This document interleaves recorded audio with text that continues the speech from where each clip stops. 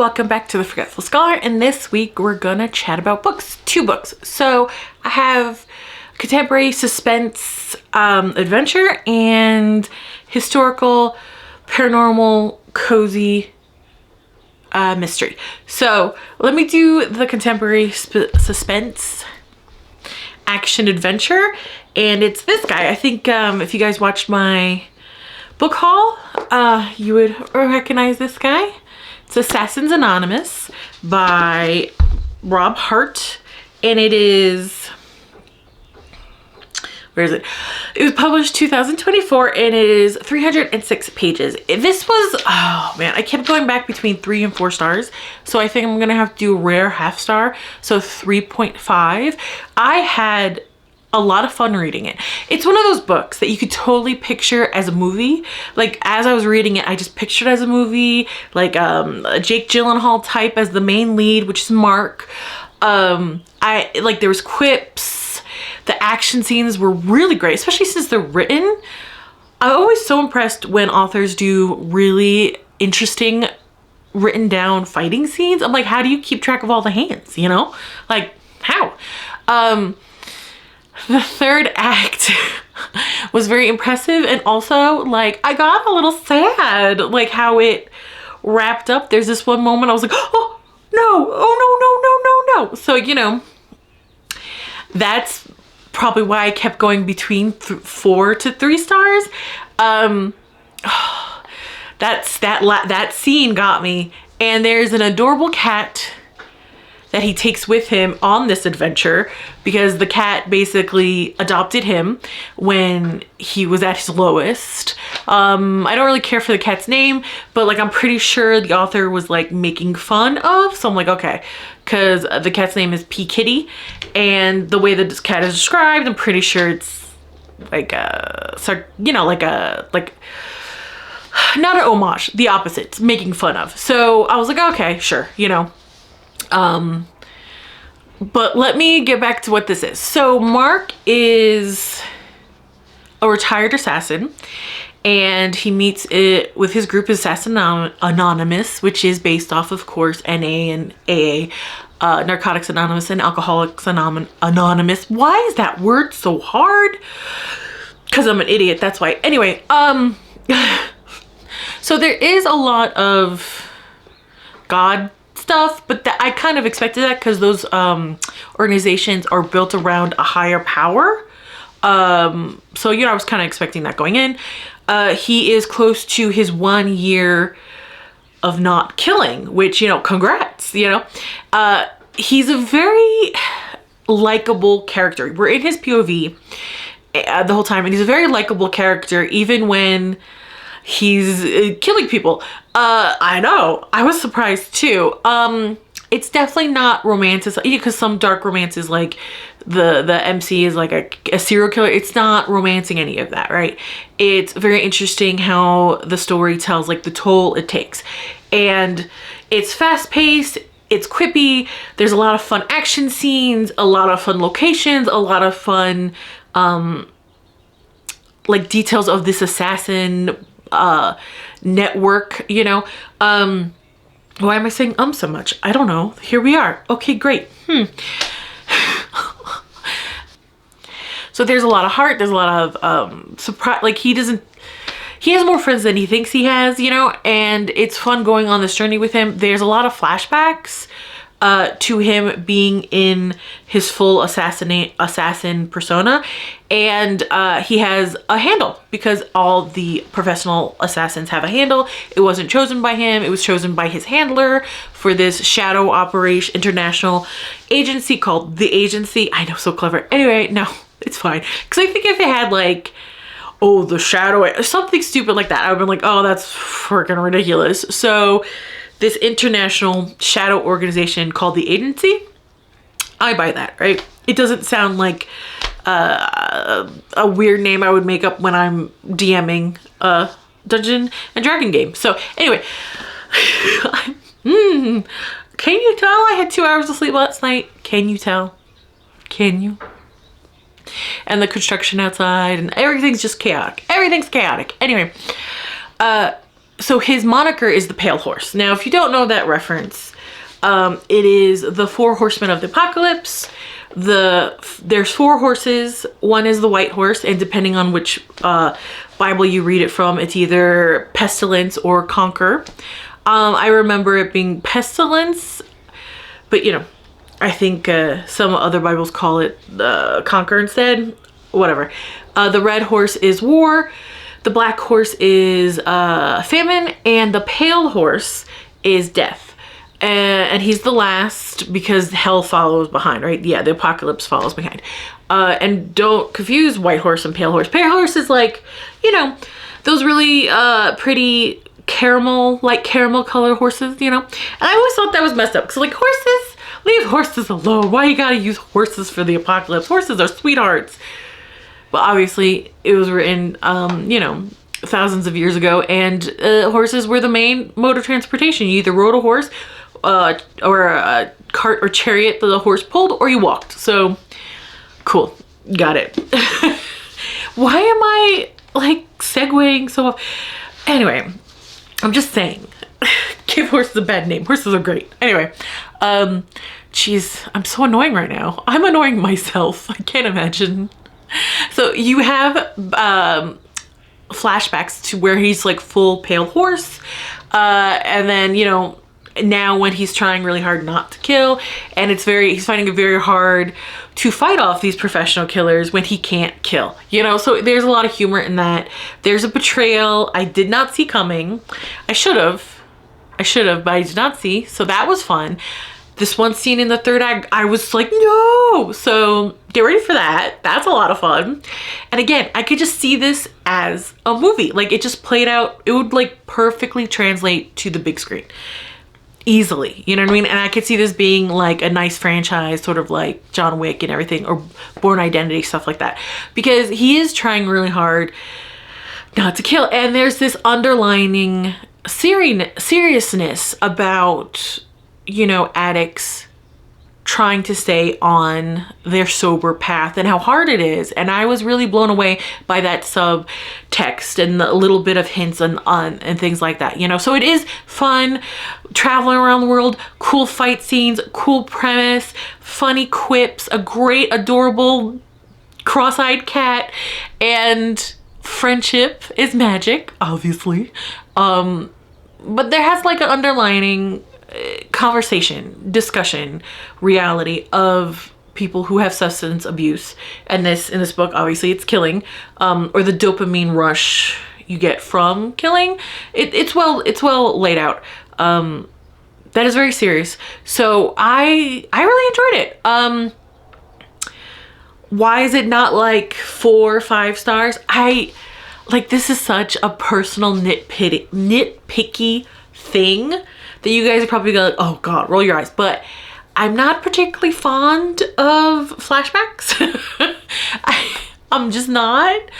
Flash forward, I don't know. Like, for some reason, where they were placed, it kind of jotted me a little bit out of the main storyline that was going on, just a little. And I could see how that wouldn't even be an issue for most people. But for me, I felt like it cut the tension for some scenes. And the twist, there was no clues for the twist. And the twist is fun, but you know, maybe because I read too many mysteries, you gotta leave a little breadcrumbs for a twist to feel like a twist, instead of it just being like, oh yeah, we're gonna do that. So that's why. That's it. That's the only reason. Am I gonna check out more books from this author? Yes. Do I really adore Mark and hope he stays on his journey? Yes. And I like his friends and the people you get attached to in this book, and the cat. So I had fun with it. This is a new author I'm gonna check out and enjoy. Hopefully enjoy. I hope I enjoyed this book. So okay, don't mind if my eye is watering. Sometimes that just happens. Okay, the second book is the historical paranormal cozy mystery, and it's A Whisper at Midnight, Raven and Wren, book 2 by Darcy Burke, and this was 4 stars. Also had a great time. Both books I had a great time. So this is a continuation, and in the last book we met Raven, or Lord Ravenhurst, who's an earl, and Wren, I forget her first name because they always just, no, that's a me thing. I just forgot her first name. Dang it. What's wrong with me? Anyway, I really like her too. This is the 2-hour sleep thing. That's what this is. My brain cells are dying as we speak. Anyway, not that I had many to begin with. So the first book, we love Raven because he got stabbed, and instead of being like, oh no, he grabbed the hand that was stabbing him in stab, like the knife was still in him, turned around and tried to fight the guy. Love that energy. We just love it. He also hit his head, and when he was recovering, he got That's So Raven powers when he touches things, which again, I love. I just love. Wren, she is a private investigator, and this takes place like early industrial revolution. So I would say like late 1800s, early 1900s, around that time period, right?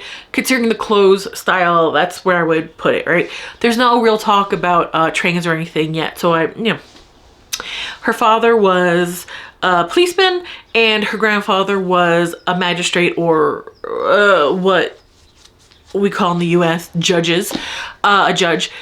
So she has a long history of it, and she only can work under the table for like a divorce lawyer because women, treat her like shit. And they're not supposed to have jobs like that, so whatever. She takes care of her grandmother, and the understated star of the first book was the elderly butler Vaughn, from her, it's complicated. Let's just call him her uncle, because it's a complicated family connection. And I like that it wasn't clear cut, because family connections are weird sometimes. So I didn't mind that. He, the older butler, kind of gets fired with no pay, but they kind of took him in. Wren took him in even though she doesn't have money for it. It's really cute. I really like them.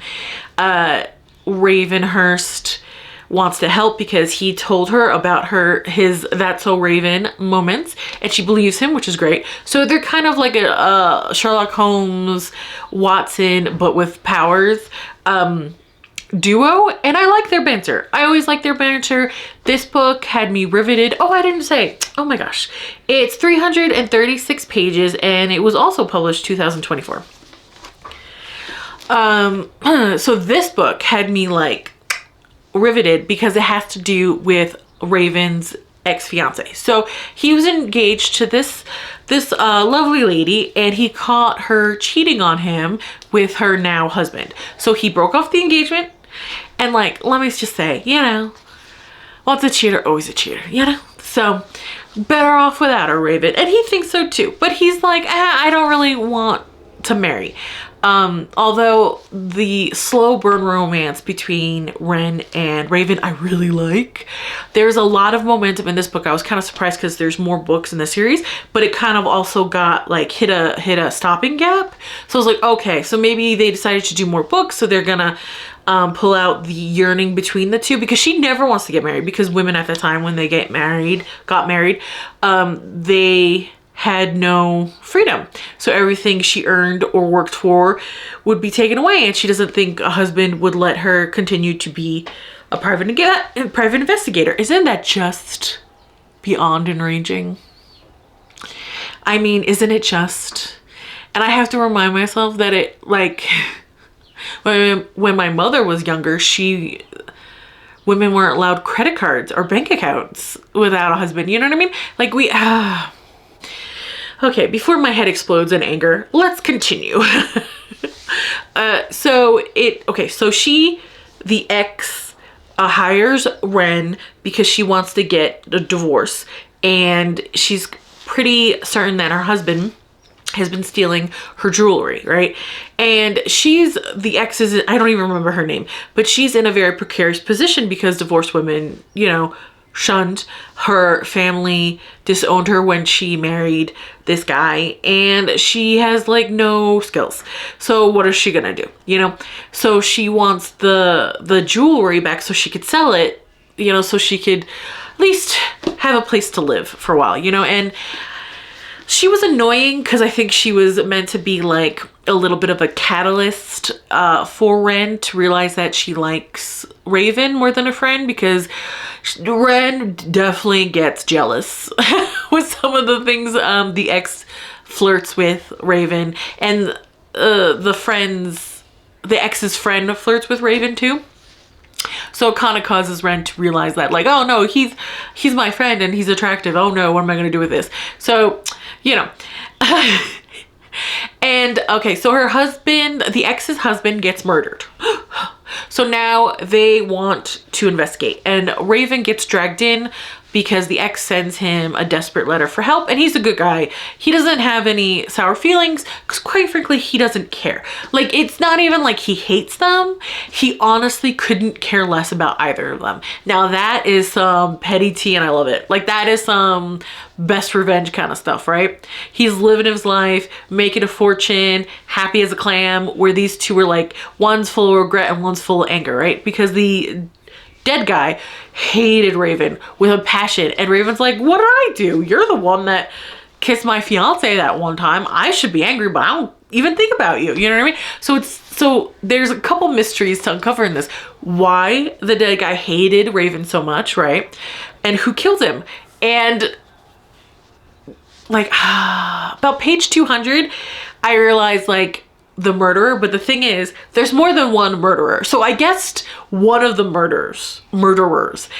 I didn't know their motive because their motive's kind of crazy pants, but there turns out there's two murderers. So I was like, oh, and they had nothing to do with each other. It wasn't like they ganged up together. It was like two groups trying to kill this one guy at the same time, which is hysterical. Absolutely hysterical. In a really weird, macabre way. I know I have a weird sense of humor. Let's continue. So I will say that around 200 I guessed, and there is another, like a past maid who was pregnant is killed, and that sucks, but that's also a clue on the bigger picture. Wren almost gets killed. Raven almost gets killed. It's a crazy journey. Like the third act, I'm like, wait, what? Hold on. Okay, yes, that just happened. Interesting. That was an interesting confrontation. I don't hate it, but like, okay, that was pretty wild. Let's go. I love it. So there's that. And it's just like, how unlikable was this dude that like two separate camps wanted him dead and his wife wanted a divorce. Like, that was pretty, I was like, damn, this guy's piece of shit, you know? So the murders, and you kind of unravel why the dead guy hated Raven so much, and so many people think that the ex-fiance and Raven are having an affair, and he's like, how dare you, you know, because he's very proper, you know? He's not having an affair with a married woman, and he doesn't have a mistress. I don't know what he does. Probably goes to a brothel. It's none of my business, but like, he's not having an affair, you know? And I love their friendship. And I like that their friendship, even for the first book, had a bit of attraction sprinkled on top, and that attraction deepens as they get to know each other. And this book, Wren is definitely jealous pants, and she's like, oh no. So I can't wait for more of the books and the slow burn. I'm really enjoying. So those are the two books this week. I enjoyed myself. I like trying new authors and trying new genres. So the action suspense was a lot of fun. Definitely gonna check out more of his stuff.